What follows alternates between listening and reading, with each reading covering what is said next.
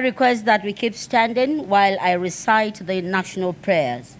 O God of creation, direct our noble course, guide our leaders right, help our youth the truth to know, in love and honesty to grow, and living just and true, great lofty heights attain, to build a nation where peace and justice reigns. Amen. Please be seated.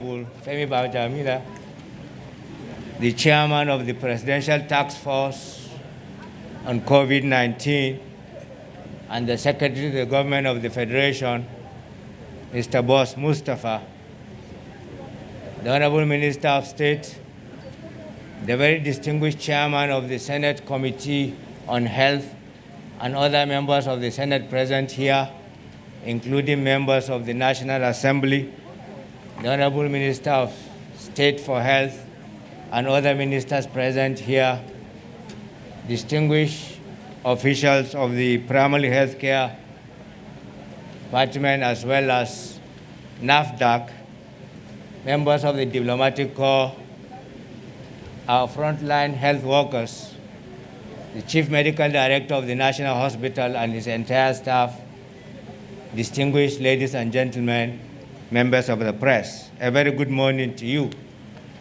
On behalf of the FCT administration and the entire citizens of Abuja and the FCT, it is with delight and a deep sense of responsibility that I welcome you all to this national flag off of the COVID-19 vaccination exercise taking place here today at the National Hospital, Abuja. The flag off signifies real optimism and finally will turn the tide against this pandemic that has so affected all of us in Nigeria and the world over. And permit me at this point to extend our sincere appreciation to all the health workers in the FCT and the entire nation for having worked tirelessly over the last 12 months to make sure that all of us stay safe and alive. During the process, many of the health workers paid the supreme price while fighting this disease so that all of us will rest. We recognize their effort and all of you currently fighting in the battle against this disease. What we are witnessing today is the culmination of effort of a lot of dedicated Nigerians who have worked tirelessly and dedicated time, energy, and resources to make beyond the call of duty to make sure that the COVID-19 is made available. His Excellency President Muhammadu Buhari has provided focused and unwavering leadership, and without doubt, the efforts of the Presidential Task Force on COVID-19 under the steady leadership of the Secretary to the Government of the Federation, Mr. Boss Mustafa, has provided guidance and implementable strategies that has worked for us all. I am happy also to say that in the FCT, we have all concluded preparedness through the cold chain assessment so that, and I want to assure you that we have capacity to store, distribute, and make sure that these vaccines are well kept.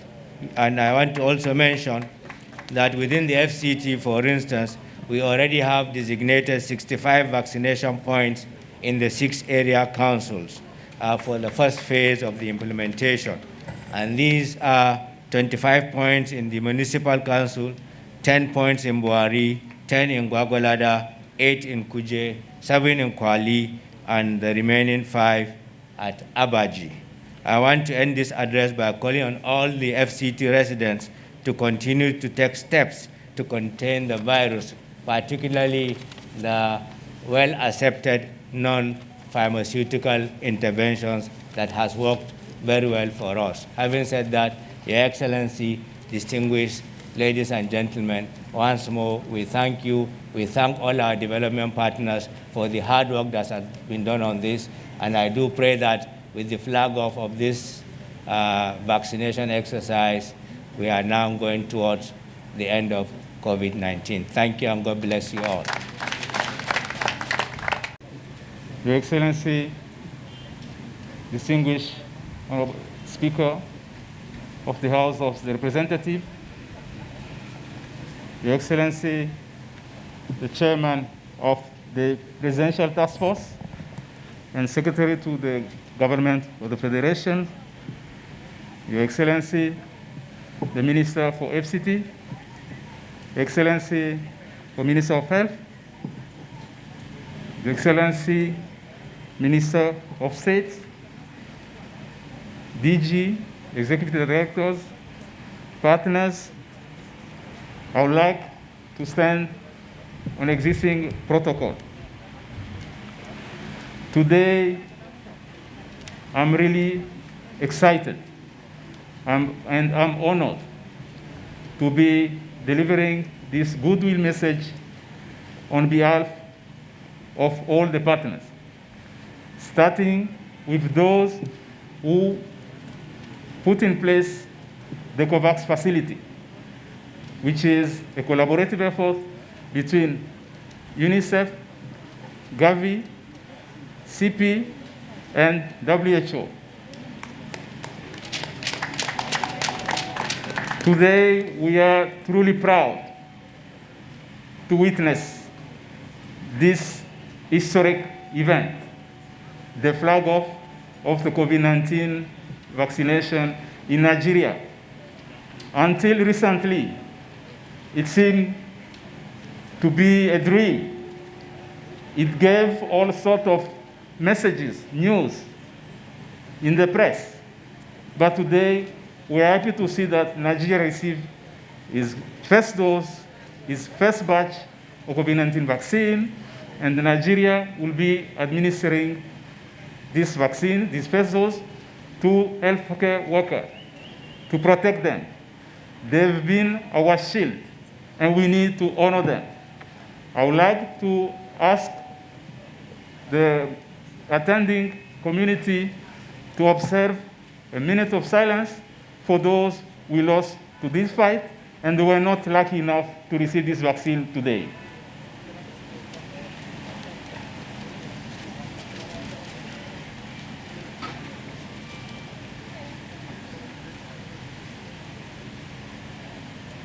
Thank you. Distinguished guests, members of the press, let me also take this opportunity to congratulate truly the Nigerian government. The Nigerian government, from the highest level of the state, of the country, have shown exemplary leadership. We have witnessed an effective COVID-19 response in this country. A catastrophe was predicted. A doom was predicted. We did not see it because Nigeria was among the first countries to really impose courageous public health and social measures. This is what allowed us to get on top of both the first wave and now the second wave. That's why we are really happy to have this additional tool, the vaccine, which will help us accelerate the end of the acute phase of this pandemic. But let me take the opportunity to remind all of us that it will not be vaccine alone. Until everybody is covered, we will still continue, we will need to observe public health and social measures. We need to deny this vaccine the opportunity to further multiply and mutate to create variants of concern. WHO, together with the other UN agencies and partners, we are here to support that effort until such time that COVID-19 will be history of the past. Thank you. Your Excellency, the Speaker of the House of Representatives, Your Excellency, distinguished Senator Olori Egbe, here in his own capacity and representing His Excellency, the President of the Senate, the Chairman of PTF and Secretary to the Government of the Federation, and our landlord, the Honourable Minister of the FCT, Honourable Minister of State, and Royal Fathers here present, Permanent Secretary, development partners, Chairman of the Board of National Hospital, and CMD and staff. We thank you all for accommodating us here today. The long-awaited day is here, on which Nigerians can now join others in the global community to be vaccinated against the dreaded COVID-19 virus. For us in the health sector, it is a relief and the marking of the start of a tedious but hopeful exercise to see our fellow citizens develop immunity against this virus. As has already been announced, I am happy and also relieved again to announce that at 12 minutes past midnight today, I got the text message informing me that NAFDAC has certified this vaccine for use. Otherwise, we would not be sitting here today. It would have to be postponed. It has been a harrowing past 1 year to helplessly follow the gradual increase of COVID-19 casualties in our country, especially among health workers in our midst, which was also depleting the human resource for health and making it all the more harder to tend to other people in need of health care. Every life lost to this pandemic mattered, but the loss of health workers compares to soldiers lost at the war front and is therefore laden with sentiment. The vaccination campaign we kick off today will be in 4 phases and will align with the planned arrival of vaccines in batches. Each phase targets a specific segment of our eligible population to ensure equity in the vaccine deployment. The defined frontline healthcare workers are prioritized globally for vaccinations against COVID-19 due to their higher exposure to the risk of infection with COVID-19 in the course of duty. It stands to reason that this protection is not only for their own sake, but also for our own sake, since any one of them absent due to illness means, again, a depletion in their ranks and can forebode staff shortage. It therefore makes sense to cater first to those who cater to us. The next prioritized group are those who, if they become infected, are at higher risk of severe disease. These are the elderly and the vulnerable, as defined by presenting with pre-existing conditions like obesity, diabetes, chronic kidney, respiratory, and heart disease, and cardiovascular diseases and other medical conditions as identified by their doctors.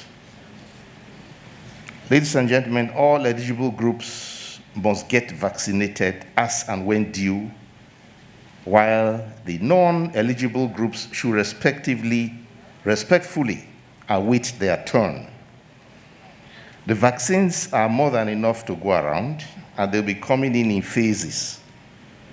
Persons under 18 years and pregnant women are for now not eligible except they have been medically certified as vulnerable due to one underlying ailment or the other. The reason for them not being generally eligible now is because there is no scientific assessment yet of the safety for persons under 18 years old of age and pregnant women. That said, let us encourage the elderly and those with known underlying illness to be vaccinated, and so to shield the community, the loved ones, and ourselves from COVID-19. We have taken steps to ensure vaccine security and accountability, but we must also warn against any kind of foul play or underhand dealing in this exercise. Any infraction will embarrass us and will be sanctioned swiftly. This campaign must be done according to the books, which have been so elaborately put together by the Ministry of Health and the National Primary Healthcare Development Agency. So I urge citizens to be vigilant and to report any unwholesome practice or attitude to the police or to the Federal Ministry of Health. These vaccines are our common assets, and the responsibility is on every person to protect them and ensure proper use. The Federal Ministry of Health and NPHCDA desire an impactful and successful vaccination campaign. It is important that all sectors key into the federal government's homegrown strategy for the COVID-19 vaccination, which is known as the TEACH phenomenon, and the Electronic Management of Immunization Data System, EMID. I urge all states of federation and the FCT to align with the initiatives in order to have a peaceful and orderly campaign across the country. I want to use this opportunity to thank the dedicated staff of the Federal Ministry of Health, led by the Permanent Secretary, Mr. Abdulaziz Mashi, the NPHCDA, led by Dr. Faisal Schwab, and particularly our donors and our partners who have walked this very hard way with us. I also remember recognized members of the UN agency who have always supported us with their single basket idea, and also with the technical support they have always given us. Worthy of recognition must be the vibrant members of the media who I see arranged right in front of me, almost more than the number of us sitting on this side, who have done their duty by following developments in the health sector since COVID-19 broke out in February 2020. Today is primarily a day for vaccinating our healthcare workers. I want to tell you that we are very proud of you all and wish you well and urge you to continue to give your best to the country and to fellow men, whatever the circumstances. Despite the beginning of this vaccination exercise today, I would like to emphasize that we are not out of the woods. Yes, there is light at the end of the tunnel, but we are still in the tunnel. We are not out of the tunnel.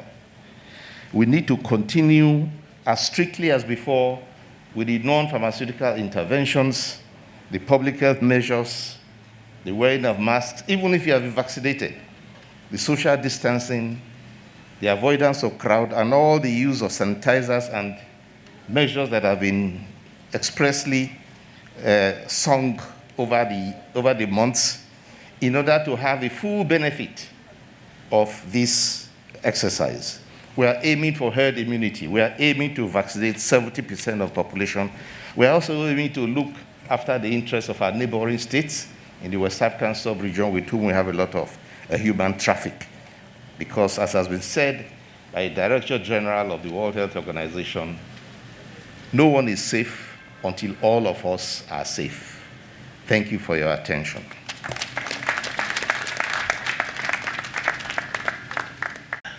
Your Excellency, the Speaker of the House of Representatives, the representative of the Senate President, Chairman, Senate Committee on Health, members of the Federal Executive Council here present, permanent secretaries, our development partners, chairman and board members of the National Hospital and Management, the executive director of the National Primary Healthcare Development Agency, our health workers who started out as our first line of defense and later became our last line of defense. distinguished ladies and gentlemen, gentlemen of the press, today marks another great milestone in the response to COVID-19 pandemic in Nigeria. We have every cause to be hopeful and more determined to win this war. The human activities that culminated in the arrival, authorization, and distribution of vaccines have shown that humanity, when working for a common goal and unity of purpose, possess the capacity to achieve a lot. This is more so because the virus spread around all countries and territories of the world with alarming speed, recorded millions of fatalities and infections without discrimination on the basis of sex, creed, tribe, language, and even status. For us in Nigeria, and indeed nations of the world, the lessons to be drawn from this lack of discrimination by the virus are numerous. They include the fact that we must approach the vaccines phase with unity of purpose. 2, we must understand that nobody is safe until everyone is vaccinated. And 3, we must recognize that vaccine hesitancy will impact negatively on our lives and those of our loved ones if allowed to foster. 4, we must demonstrate at all times that this is a war of MPIs plus vaccines for the survival of everyone. And 5, we must believe our government on the safety and efficacy of the vaccines brought to Nigeria. And lastly, we must support the planned and systematic rollout of the vaccines and mobilize our citizens as we move into the states. In keeping with our promise, the Presidential Task Force is prioritizing the frontline health workers in the first batch of vaccines received. They have fought hard to save us. They laid down their lives for us, and in the ICUs and treatment centers, they became our last line of defense. On behalf of the President of the Federal Republic of Nigeria, the government and the people of Nigeria, I salute our heroic frontline medical personnel for their professionalism and commitment to saving lives. This ceremony is just the beginning of a well-detailed vaccination plan that will reach every eligible Nigerian at the appropriate time over the year 2021 and 2022, when we hope to have covered over 70% of Nigerians and achieve herd immunity.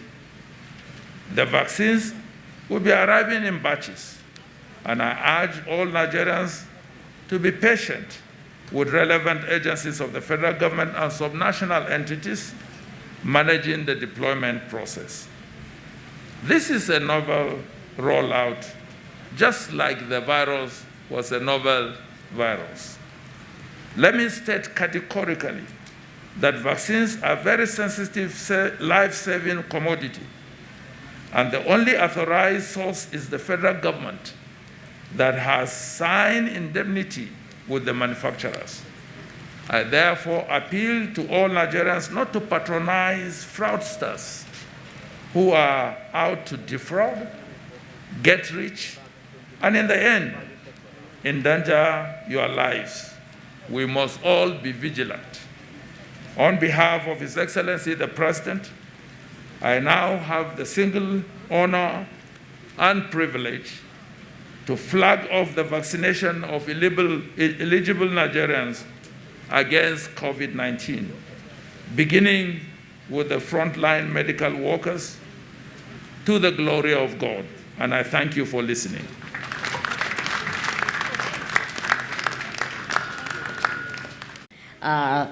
Honorable Femi Bajabia Miller to please address us.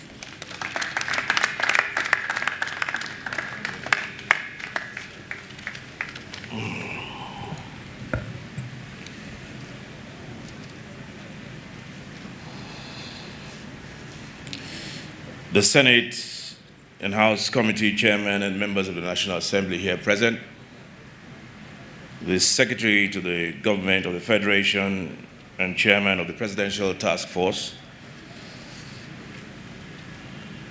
the Federal Capital Territory Minister, Health Ministers, DGs.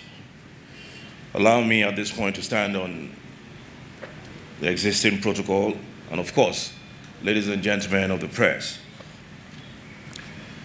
Let me first start by very quickly putting it out there that as you can see in the program, I'm just here to observe a very epical moment in the history of Nigeria, in the history of the world actually, where we seek to inoculate almost 200 million people in this country. That's why I call it epical. It's been one long year of torture,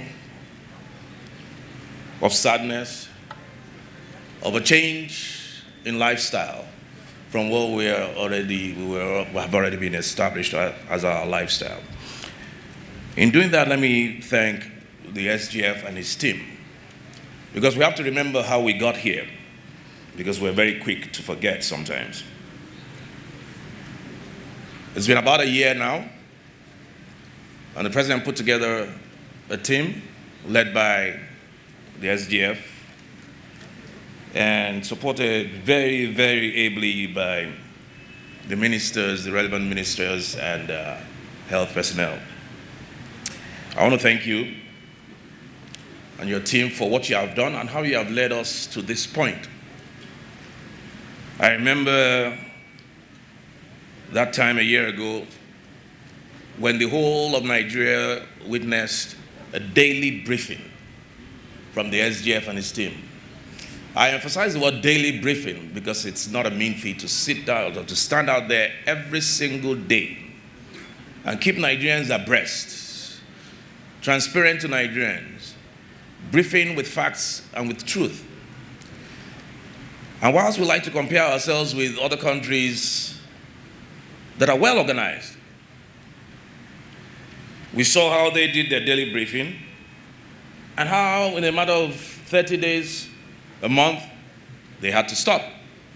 Not because they didn't have the capacity, but because it was so difficult to keep abreast with the way this thing was ravaging the world.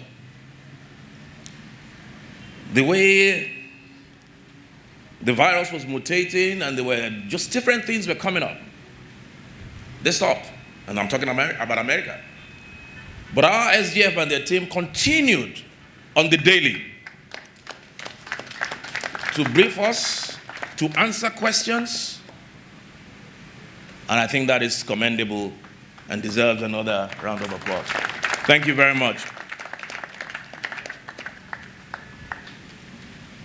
I must also thank, on behalf of the National Assembly and therefore on behalf of all Nigerians that we represent, the health workers. The health workers have been the major, should I say, source of success for where we are today. For a country of almost or over 200 million, yes, many will say, oh, we don't have reported cases, we don't have statistics. But even with the statistics we have, 200 million people, and to record the number of deaths that we have, I think the health workers have done so well. They've put their lives on the line, and they have manifested what it is to be a true Nigerian. The can-do spirit that many of us often forget that we have in this country.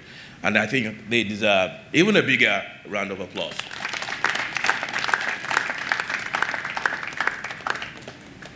So we're now a year in, and we've started our journey to recovery, to reach a level of herd immunity that we all seek or we all long for.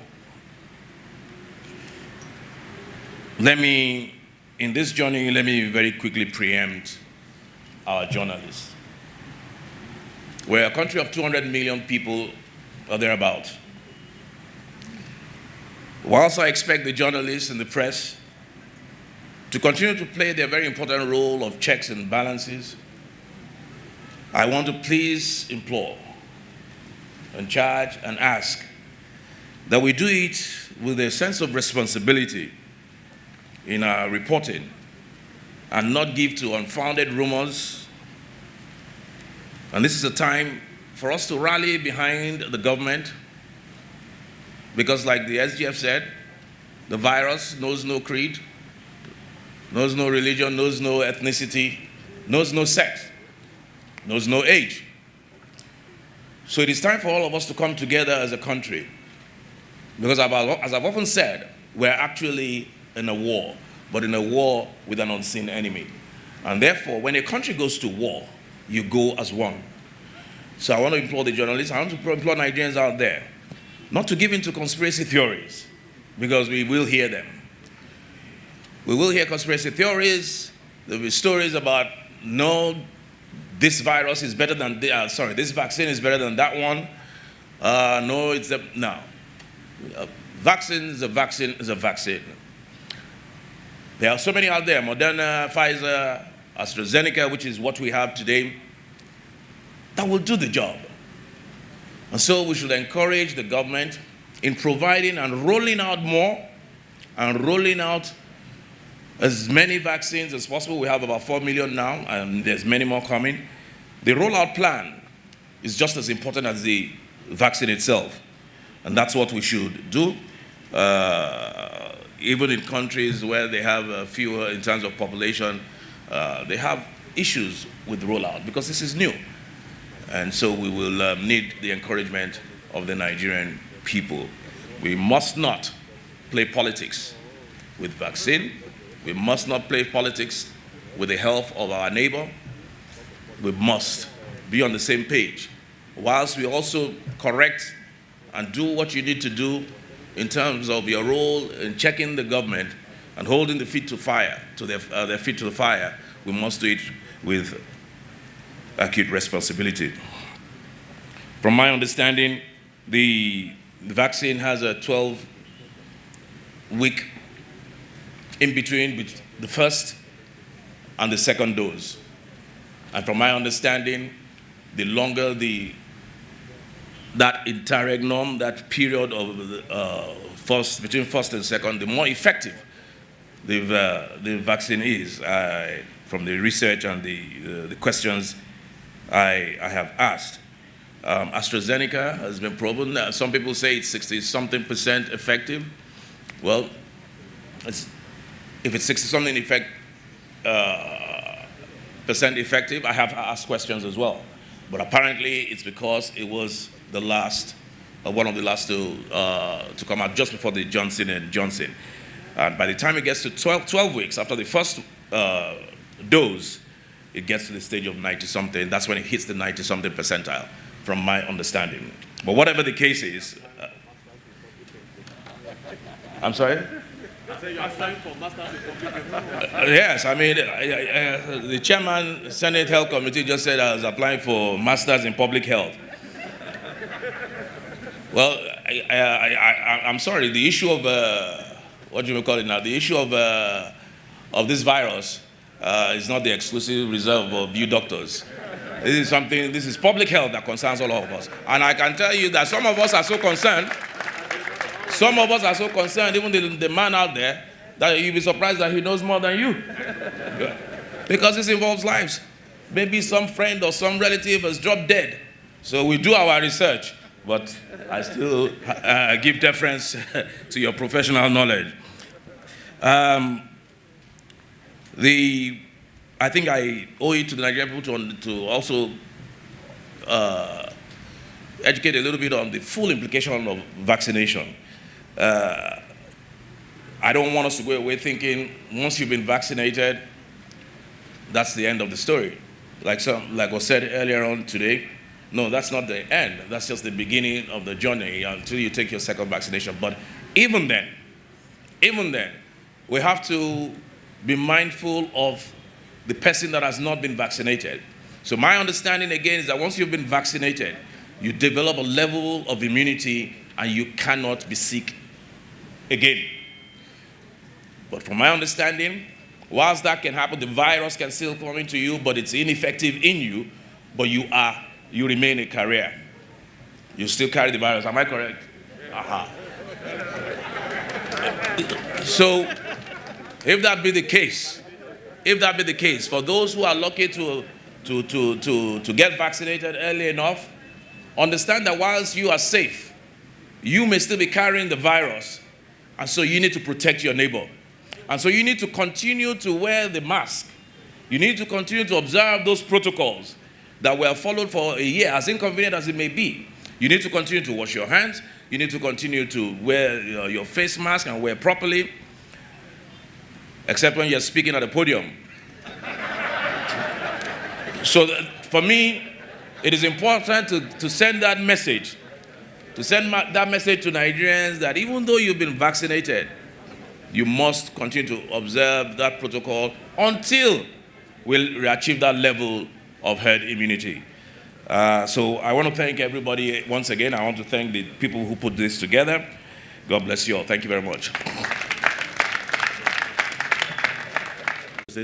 My brother and my leader, Right Honorable Femi Gbadabe-Amila, the Secretary to the Government of Federation and Chairman PTF, whom we have all collectively, including the Minister, be awarded Masters of Public Health honorary causa. Isn't it? So I can assure you of that has been granted. Honorable Minister of FCT, Ministers of Health, Development Partners, head of various agencies here. I stand on non-existing protocol, but I recognize the members of the media here. I wouldn't have to say anything other than to say I rise to second and adopt what has been said by the Right Honorable Speaker. And so I said, as such, because I think he has said all he has to say. Other than to say that the President of the Senate wished to be here. In fact, yesterday we had discussion when he gave me the mandate to represent him. As the Speaker has said, with his invitation that he did not say we have to give a speech. And I don't have his speech. That's why I have the liberty to adopt what has been said by the Honorable Speaker. Thank you all and God bless.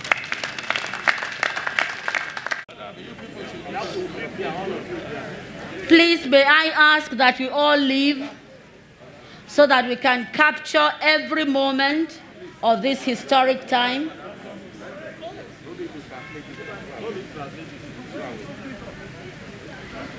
I'm sure we all can get our shots.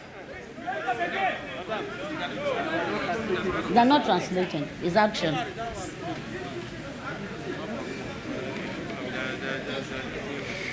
The first Nigerian ever to receive this vaccination is Dr. Cyprian Ikong from the National Hospital.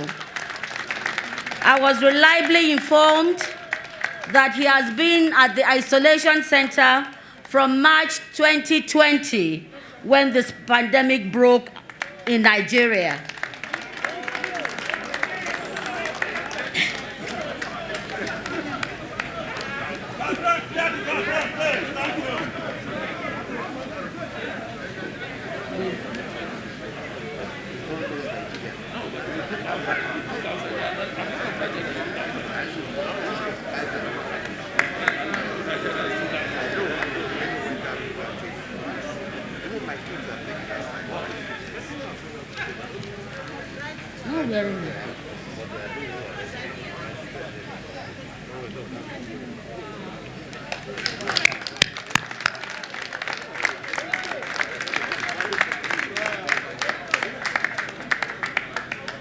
Done.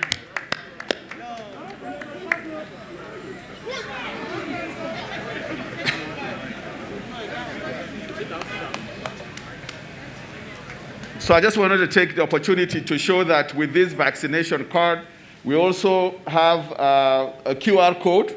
This is one of the requirements of the Presidential Task Force, so that if anybody needs to travel out of the country, once this QR code is scanned, it brings up the information of Dr. Cyprian, so that it shows exactly what vaccines he has taken, the AstraZeneca vaccine, when he took the first and the second doses, okay? And it will also show his photograph. So this is also an electronic card, as it were, because of the QR code.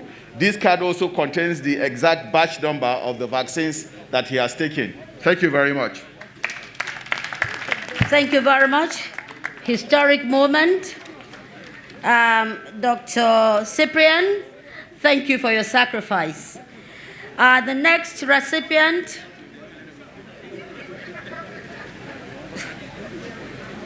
is Dr. Joseph Nuru. Tahir, sorry. Okay. The next doctor to be vaccinated is Dr. Tahir Yunusa. Dr. Yunusa today has saved on record 10,549 patients. He has seen more than these, but saved the lives, and I think he deserves a very loud round of applause. The Gwagwalada Isolation Center was the first isolation center, and we're still counting, but just before we started this, he said to me that that center has saved 10,549 lives and still counting as we speak. Let me also say that with this exercise, more health workers are being trained so that they are perfect at what they do, not just here in Abuja, but across the states.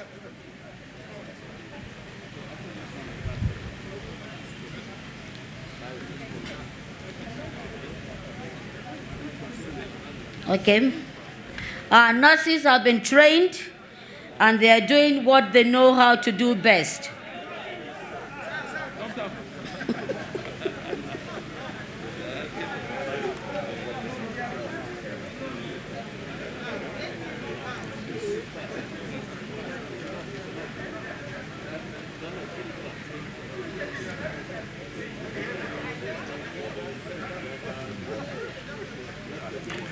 Thank you. Can we have Dr. Joseph Nuru? Oh, okay, for now. I've been told that the vaccination will continue, but can we have the nurse? Can we have the nurse so that it's not just doctors? Yes, sir. Can we have the nurse, please, to show that men and women? They should have the nurse. The nurse, yes. Can we have the nurse to be seated, please? The nurse, this vaccine has no gender barrier.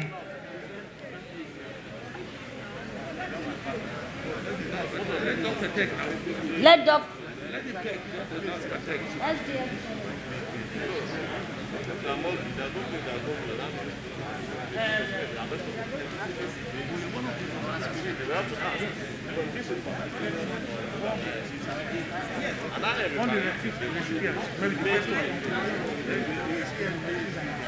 Dr. Vicer. One of them.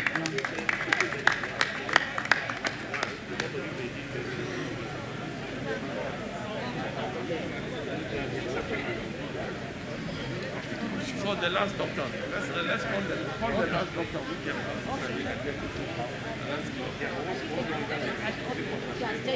Let's have the last doctor. The last doctor. The last doctor, please.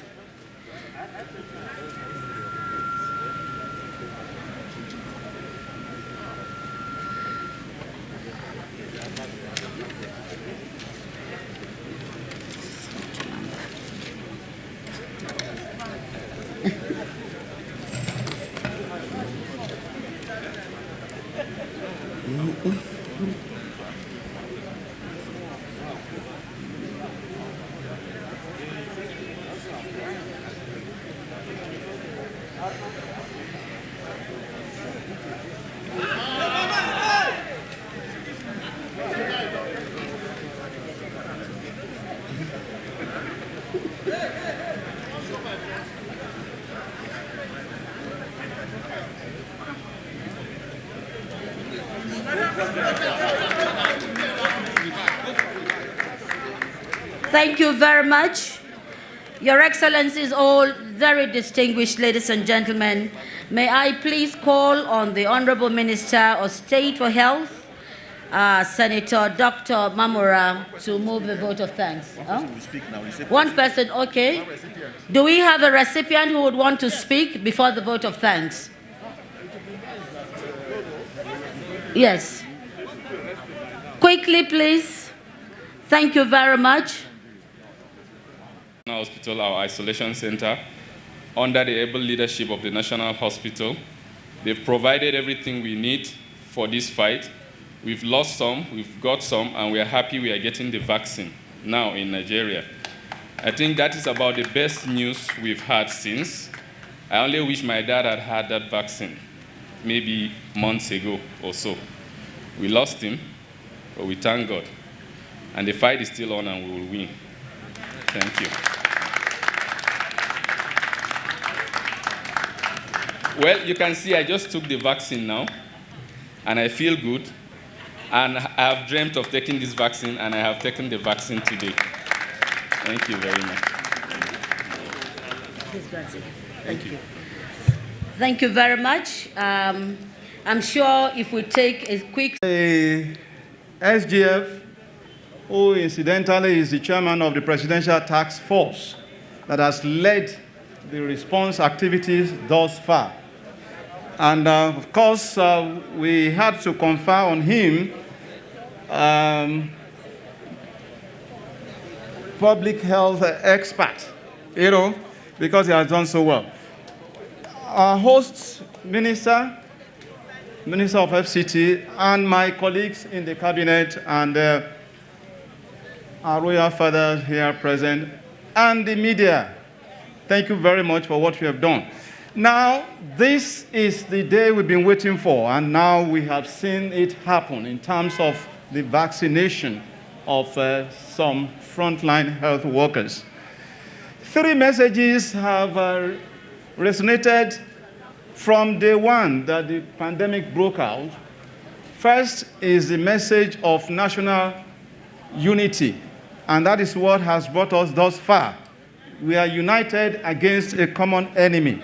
The second is the message of global solidarity, and it's that message of global solidarity that has got us the vaccines we are using right now through the COVAX facility. The third message is that message of hope that tomorrow will be better. And we are seeing it on a daily basis that tomorrow is getting better and that we will overcome. I cannot but lend my voice to what has been said in terms of conspiracy theory. It is fake news. Please be ye warned. Don't be surprised if somebody is peddling that rumor and that person might have taken the vaccine long time ago, like it happened. You all know where I'm talking about. Please don't be fooled. This is the best that we can hope for. In a pandemic situation, the ultimate is the use of vaccines. That is the ultimate, and that's where we are right now. So, in the struggle, in the response activities so far, so many people, we thank God that we are alive right now. I cannot but say it again, that those who peddle fake news about conspiracy theory, what they are doing is a kind of desecration of the memories of those who are dead already from this pandemic. Secondly, it's a disservice to frontline workers who are taking their lives. So we should not give in to that. So I want to thank our partners, international and local. I want to thank CAR COVID in particular, and all other donors that have been part of this. But I cannot but thank our President Muhammadu Buhari, who has given every support, and I mean every support needed to get us to where we are today. I want to thank all the frontline workers and all other workers in the health sector that have been part of this. I want to thank all the arms of government, particularly the legislature, that has always approved what is brought before them in course of our fight against this, both in the House of Representatives and, of course, the Senate President, the Speaker. Thank you for your support, and, of course, the committees of health of both houses. I want to thank the media. The media, you have done excellently well. But for you, you can't light a candle and put it under the table. It has to be on top of the table, and you have been the candle that shines the light of what we do. I thank you so much. I want to thank the cleaners who work in the hospitals, particularly in the ICU, in every other place. I thank the cleaners. These are people behind the scene. We hardly see them, but they do so much to keep us all safe. I want to thank the ambulance drivers. Thank you so much for what you do. I want to thank the ward maids. All of you have been wonderful. Even the technicians that work in the hospitals. You sort out the issues of light, the issue of water, name it. I thank you so much. I thank you so much. And I have to do this because it's in line with that saying. One English writer said that gratitude is not just the greatest of all virtues, but the mother of them all. So we are grateful to you all. Thank you very much.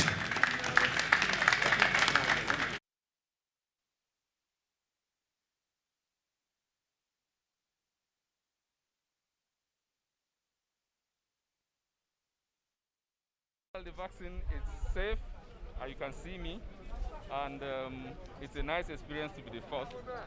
But as the message goes, we want at least 70% of Nigerians vaccinated. Being the first means I also want at least 70% of the nation to get vaccinated as well. Do you feel any reactions right now? No reaction. I'll just say a slight pinch at the jab where I got the jab, and that's it. Thank you very much. Thank you. Experience today, witness today is the beginning of a long process of safety monitoring.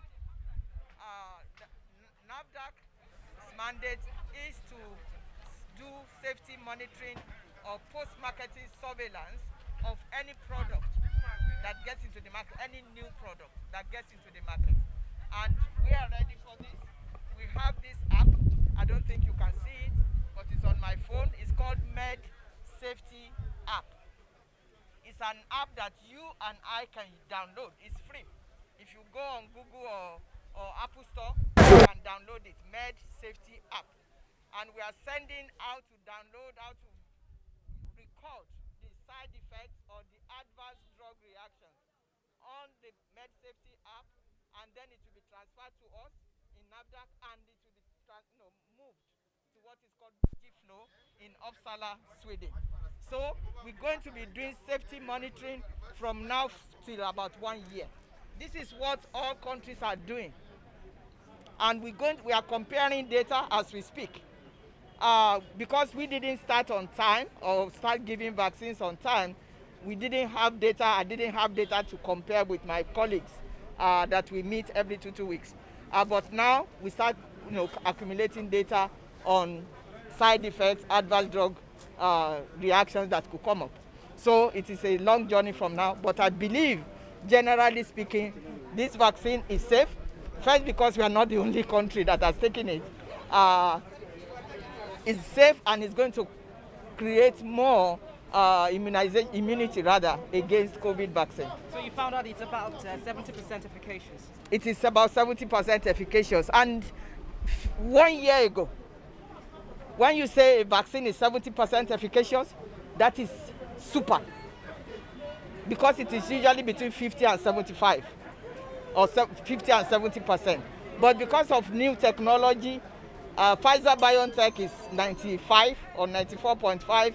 Moderna is about that. So now the expectations are high. So the 70% is good. Thank you very much. Thank you so much. Thank you. incontrovertible proof that this vaccine is safe. Mr. Vice President as well. These are leaders that people believe in, and I believe that a lot of the people who are showing hesitancy against the vaccine, when they see these individuals take the vaccines, I believe that we're going to have a crumbling down of barriers to taking the vaccine. So we're really excited about what tomorrow brings.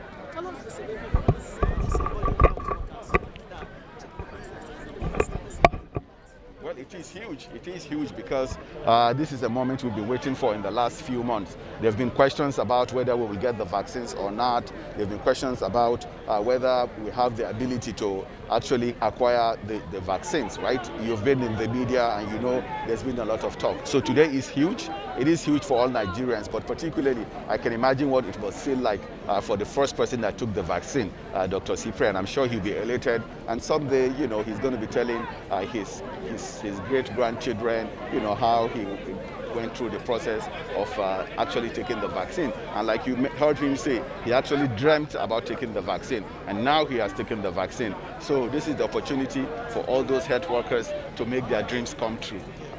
So please, I want to explain what happened here today in line with the teach strategy. Right, so today what we did was to use the traditional method of vaccination. That is to say, there's a fixed site, somebody comes in and gets vaccinated. But there was also a tablet on the table where all of his details was provided when they clicked on the link, and they were able to pull up the form and fill out the form as a frontline health worker. That is why it was possible for him to get vaccinated today. So we did the T and the E aspect of the T strategy. So some people are worried about those that live in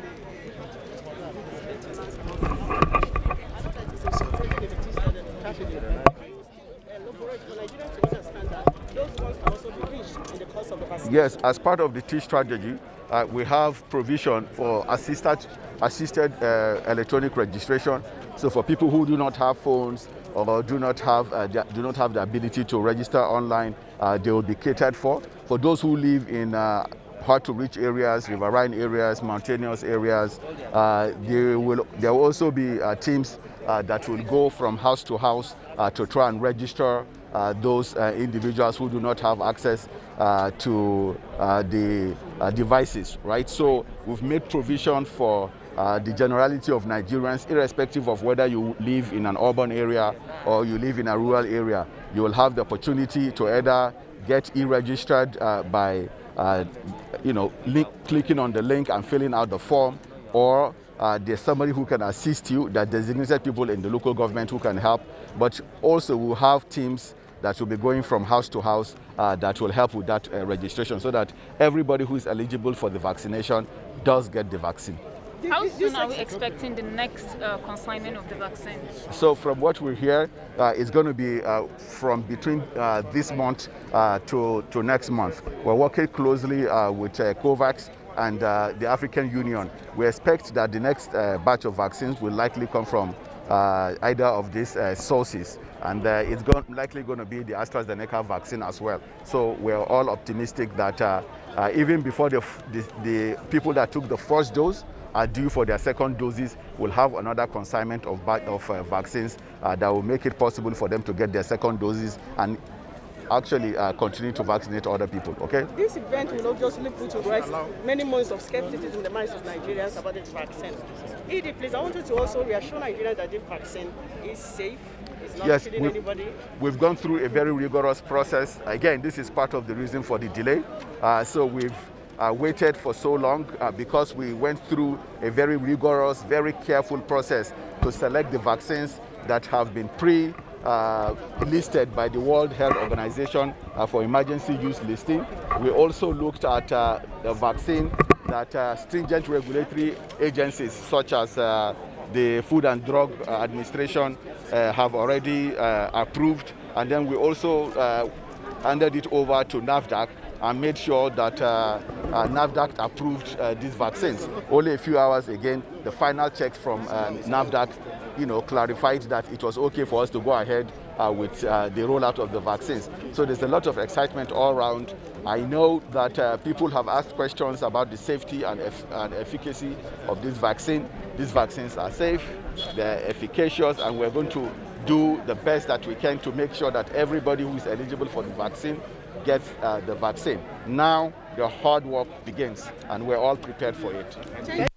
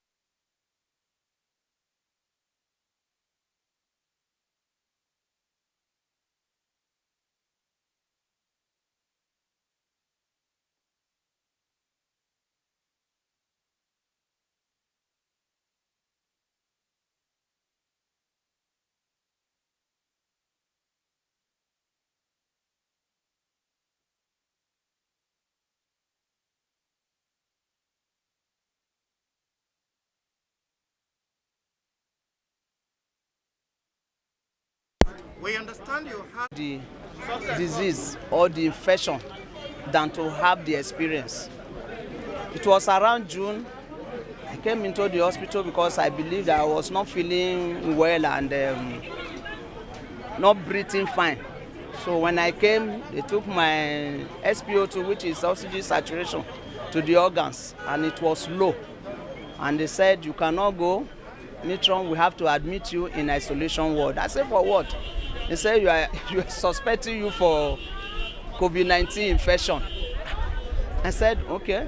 I would have declined the admission, but because of the breathlessness, because of the inability to breathe fine, I just said, okay. So I was taken to the isolation ward. The NCDC people came, took my sample, and it came out to be positive. And from that day, it has been battle because I was having breathlessness. My oxygen saturation was going up 75, 80, 88. In fact, I was on oxygen for 16 days. I felt my whole life was collapsing. But God saw me through. Because we have had a lot of news how people died. And I said, Lord, I don't want to die. You have promised me. And with the encouragement of my CMD, the CMAC, everyone, my colleagues, my family, so everyone was just, me, encouraging me. And I developed that faith. I said, my name has to follow me. So today, I'm happy that I'm here, witnessing what I've been praying for, that there should be vaccine, at least to lessen the severity. It's not that when you are vaccinated, just as this other man said, you will not come in contact with the infection. When you are in contact with it, as a medical person, as a nurse, I know we are exposed, we are at risk. And the bad part of it is when you have had it before, there is tendency for you to have it again. So that fear is there. So some of us has to pray, say, Lord, let the vaccine be out so that it can reduce mortality in the whole world. You have taken the jab today. Yes. And what does that mean for you? Oh, I'm so happy. I'm so happy. Give me that confidence. Give me that confidence. But that does not mean I will still not to take the precaution of wearing my mask and washing my hand, or the necessary precaution to prevent it. Because I can still contact it. I can still be infected, but it will not be as severe as before. So why are you telling other people? Why are you advising what's your other advice? people? Yes. My advice to the public, my advice to Nigerians, because they believe that the vaccine is not today, that when the vaccine comes, don't take. Is for them to reduce the population of Africa. Different news coming, and I want to let them know that it is not true. It is not true. It is for the benefit of humanity as a whole, globally. It's not to destroy anybody. It's not to kill anybody. It's not to reduce the population of Africa, especially all the blacks. So people should come out when it is time for them to